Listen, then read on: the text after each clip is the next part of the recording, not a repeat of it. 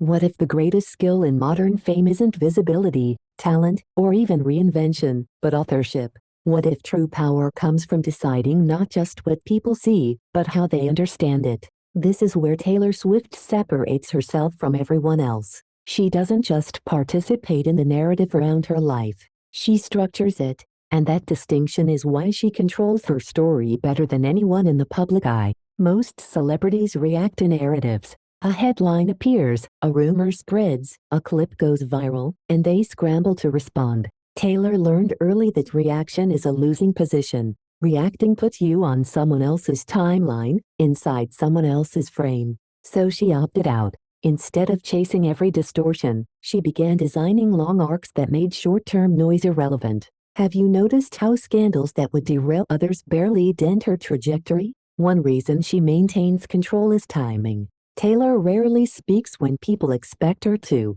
Silence isn't avoidance for her, it's calibration. She lets narratives exhaust themselves before she addresses anything, if she addresses it at all.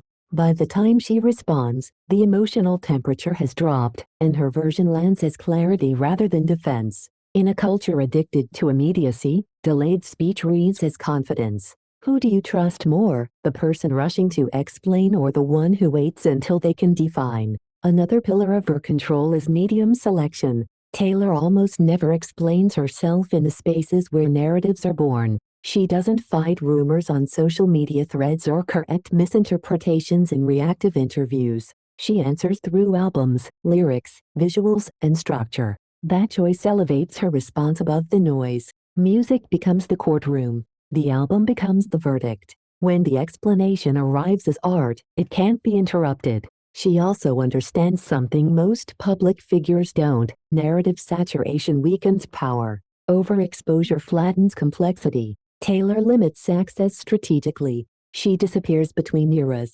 She reduces interviews. She withholds commentary. This creates scarcity, and scarcity restores value. When she reappears, the audience listens differently. Attention concentrates. Control increases. Constant presence invites constant judgment. Selective presence commands respect. Another advantage is that she never tells the full story. This is intentional.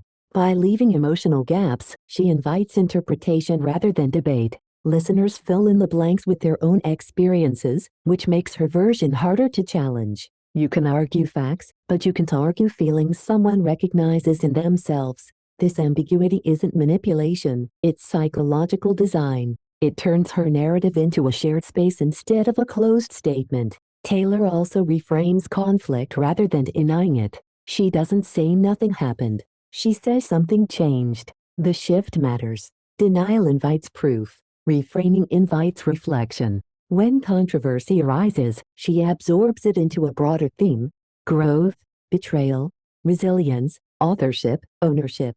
Individual events stop being isolated problems and start looking like chapters in a coherent story. Coherence is credibility. Control also comes from consistency. Even as her sound and aesthetics evolve, her underlying values remain stable: loyalty, accountability, self-respect, emotional truth.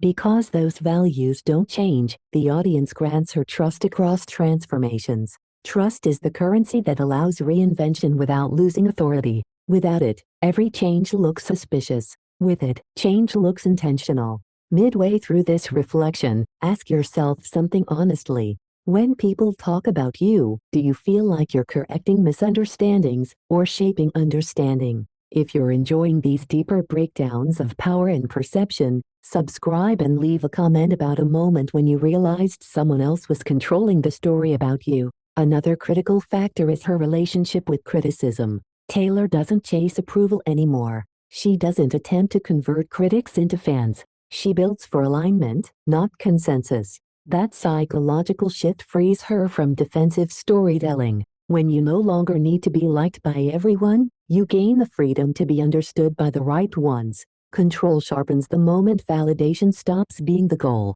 She also plays the long game with memory. Short-term backlash fades. Long-term patterns remain. Taylor structures her career so that time works in her favor. Callbacks, re-recordings, thematic echoes. These reinforce continuity and reliability. Over years, consistency outlasts controversy. Her narrative becomes history, not reaction. Time doesn't dilute her story, it strengthens it. Perhaps the most overlooked reason she controls her narrative so well is that she respects it. She treats her story as something valuable, not something to be spent cheaply on constant explanations. She knows when to speak, where to speak, and when silence will do more work than words. That restraint is rare, and rarity is power. So when people ask how Taylor Swift manages to stay ahead of headlines, the answer isn't secrecy or manipulation. It's authorship. She writes the story, chooses the medium, controls the timing, and trusts the audience to meet her where the work lives.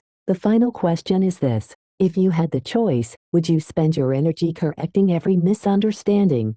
Or would you build a story so coherent that misunderstandings eventually collapse on their own? Share your thoughts in the comments. And don't forget to subscribe for more deep dives into how narrative, psychology, and power shape modern influence.